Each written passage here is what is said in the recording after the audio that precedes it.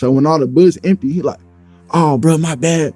Come on, bro, I got kids too, bro. Let me make it home and don't let me die or whatever like that. He just lived through the kind of night most people don't walk away from. A man begging for his life on his living room floor, his own arm shattered, 20 rounds already through his front door. Most people who survive that go quiet, disappear for a while. He did the opposite. He picked up his phone, and instead of protecting the story, he weaponized it.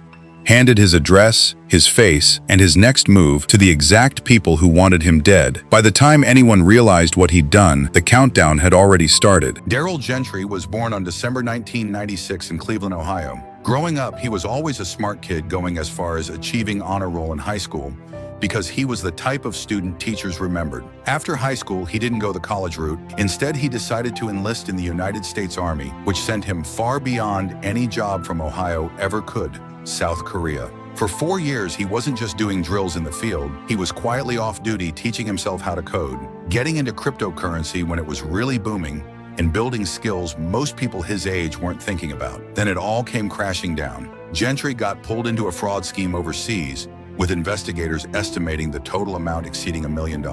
Once his elaborate scheme came to light, military police immediately arrested him, and he'd end up serving a 4-month sentence in detention, which eventually led to the military terminating his pay. They don't just discharge you, they take all the benefits that came with the job and leave you with nothing. As soon as you come home, you're starting from the ground up, and worse, there's a record attached to your name now that wasn't there before. Once he landed in San Antonio, he was quietly rebuilding himself back up, this time through music. He formed a new identity for himself, going by the name BTB Savage, acronym for Break the Bank, which was ironic because that was exactly the thing that ended his career. Now flipped to rebrand himself. The next step for him was starting his own label and fully leaning into the scam rap scene, which glorified making a come up for yourself by any means necessary, and he quickly started gaining a buzz that came with a big following. Now he wasn't a platinum artist or a household name, but one thing was for sure, he was definitely on the rise within the industry's eyes. His mother, Bernita Ward, who lived out in Vegas, knew a version of him away from the media. All he was to her was her son, a former vet who was just trying to turn this rough patch into something better for himself. That's who was at the house that night: Darrell, his girlfriend, and his 4-year-old son, who was asleep down the hall when he received a call close to 10 or 11 p.m. The person calling him was a local rapper who'd been trying to work with him for a while, interested in linking up to record a collab. He said he'd bring the recording equipment himself, pay cash for the feature, and the song would be complete that night. To Gentry, it was already pretty late. His girl was home, and his son was already asleep, so it felt like something that could wait till the morning, where they could just link up at an actual studio and do the song there. They was always hitting me up to do music and shit like that. So I was like, all right, bet. Well, one day, it was late. I was like, shit. I was going to do it at first. I wasn't going to do it at first, because it was so late. It was like damn near 10, 11. They was going to pay for the feature or whatever. We going to do the song. And I was talking to the girl I was with at the time. I'm like, shit, should I do this shit or wait till tomorrow and just meet him at a real studio? But the rapper on the phone had an answer for every hesitation. He kept talking about how he already had the equipment with him and how he was going to pay cash for this feature. So Gentry decided to let him slide through. As soon as the door opened, it wasn't just the rapper. An older dude was with him, who he introduced as his uncle, and almost immediately red flags started going off for Gentry. To him, it looked like the rapper wasn't just setting up the recording equipment, he was also scanning the apartment, checking out the furniture and the layout of the whole place. It did not look like someone who was down to record a feature. We go inside the crib, and then they just talking and shit, like looking around. That's why I figured it was kind of weird they looking around when they first walk in my crib, like going like that and shit. But I just kind of didn't pay it no mind. I was just more of like, come on, let's get this out the way.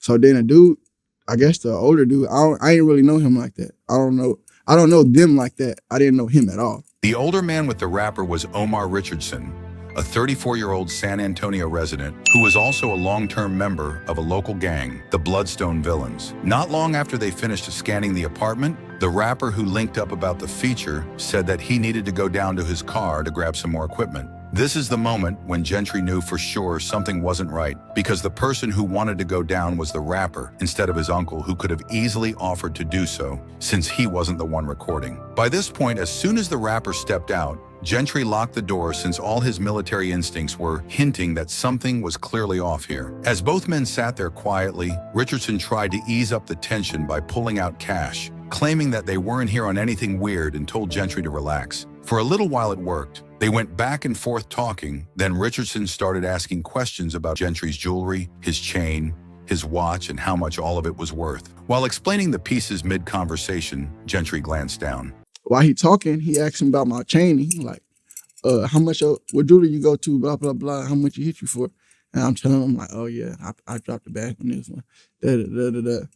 And then right as I'm talking, I go down to look at my piece while he talking. I'm like, this one? That's when Richardson pulled out his gun and told him to hand it all over. Gentry wasn't playing around and he refused to do so. And he like, oh yeah, run that. And he had a distance though. And I'm like, man, you got me fucked up. I ain't running shit. As soon as he did, Richardson leaned in to grab his chain, and Gentry saw a window to act by grabbing his arms first, locking them under his own and pinning him to the floor. Soon as they touched the floor, the gun went off once and hit the refrigerator as they kept fighting for it. On the outside, Richardson's people realized the plot had gone sideways and opened fire straight through the front door. According to the police, he fired more than 20 rounds. Upstairs, Gentry's girlfriend grabbed a weapon and started firing back at Richardson once he turned into her direction, hitting him multiple times, with one bullet accidentally piercing Gentry. I'm like, oh, fuck, bitch, you shot me. But it didn't end there. Gentry kept tussling with him, and once he got on top of him, told his girlfriend to keep firing at Richardson. At this point, Richardson was visibly injured and started crawling down the hallway that led to directly into his son's room. That's when Gentry pulled him back and held him down until he ran out of ammo and started begging. So when all the bullets empty, he like, oh, bro, my bad.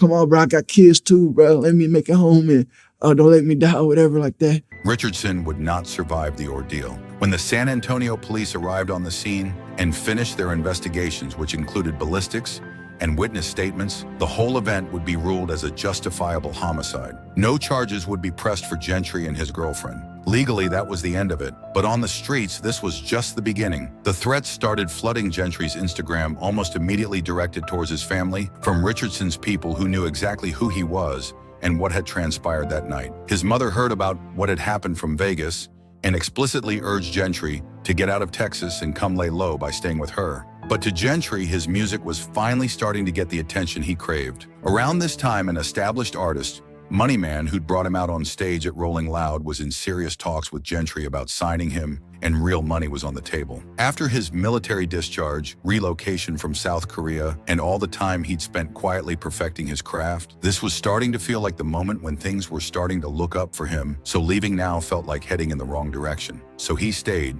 and then went further than just staying. On March 25th, 2023, Gentry sat down for an interview with a popular YouTuber, Vlad TV, and gave him the full scope of what happened that night. For 30 minutes, he described every detail with no filter, from the time Richardson came in to the time he met his maker in full, to the point that anybody watching at home, including Richardson's people, could get the entire picture, including how little remorse Gentry had about what really happened.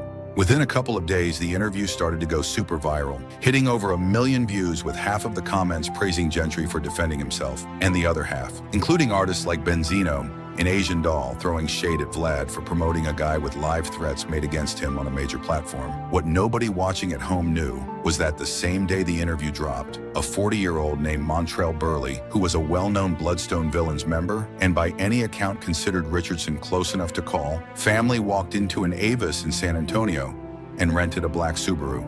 To Gentry, he believed that telling his story would protect him, and the more people who knew it would also know that what he did was justified. But just because you're viral doesn't make you untouchable. 4 days after the interview on March 30th, Gentry went back to his apartment with his arm still in a cast and bullet holes riddled all over his front door, and started taking photos of himself standing at the crime scene, smiling and posing for the camera, then posted it, clearly mocking Richardson's death by daring his family and crew to come do something about it. Within hours, the post went viral, over 100,000 likes. As soon as Gentry's mother saw it, she called him and begged him to take it down. But the damage was already done, and it was too late. By now, it had already been screenshotted and shared with every corner of the Bloodstone Villains network, from San Antonio down to Houston. Meanwhile, whilst the likes were racking up under Gentry's post, Burley's Subaru had already been headed towards Houston from the night before and was already staking out the area near Gentry's apartment for hours. By this point, the post by Gentry wasn't a warning shot, it was a location ping put out by himself. At around 6:10 p.m. that same day, which was March 30th,